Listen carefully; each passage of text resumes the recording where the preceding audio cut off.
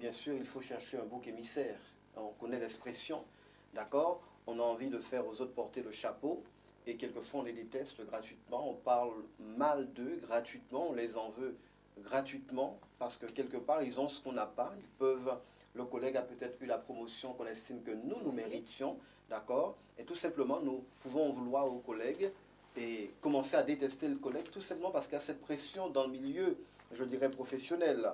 Mais à la base, comme nous l'avons dit au préalable, il y a toujours un zeste de jalousie, d'accord? Et ça veut dire que la trahison, elle peut être occasionnelle, elle peut être peu grave, d'accord? Mais elle n'atteint pas forcément notre capital confiance. En chacun d'entre nous, il y a donc un capital confiance. Mais quand les trahisons ont été successives et tellement profondes, nous pouvons arriver au point à ne plus faire confiance à qui que ce soit. Et là, il faudra donc reconstruire. Et même le psalmiste nous le dira au psaume 116, j'avais confiance. Donc il parle d'un passé. Lorsque je disais, je suis bien malheureux, je disais dans mon angoisse, tout homme est trompeur. Donc on réalise ici que cette confiance peut effectivement se perdre parce qu'elle a été blessée, elle a été secouée à maintes reprises.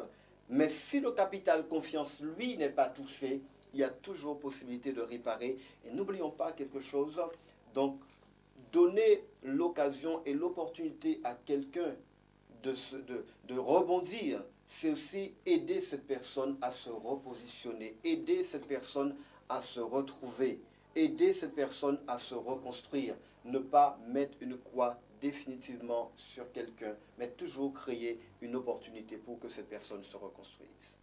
Parce que je crois que la confiance se gagne, mais le pardon se donne. Oui, c'est important, d'accord?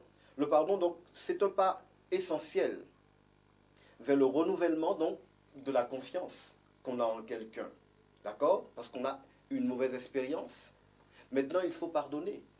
Et ce pardon, effectivement, quelque chose d'essentiel, mais qui permet de renouveler la confiance dans cette personne qui nous a trahis. Ça prendra du temps.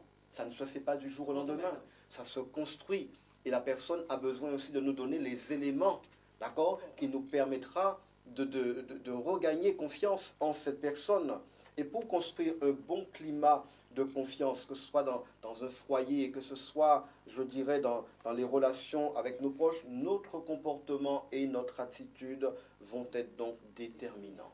D'accord? C'est ce qui va déterminer le renouvellement de cette confiance. C'est notre comportement, notre attitude, nos paroles, la stabilité, la tempérance de nos relations inciteront, je dirais, nos proches à se sentir en sécurité avec nous. Donc tout est lié aussi au comportement et au fonctionnement de l'individu avec nous.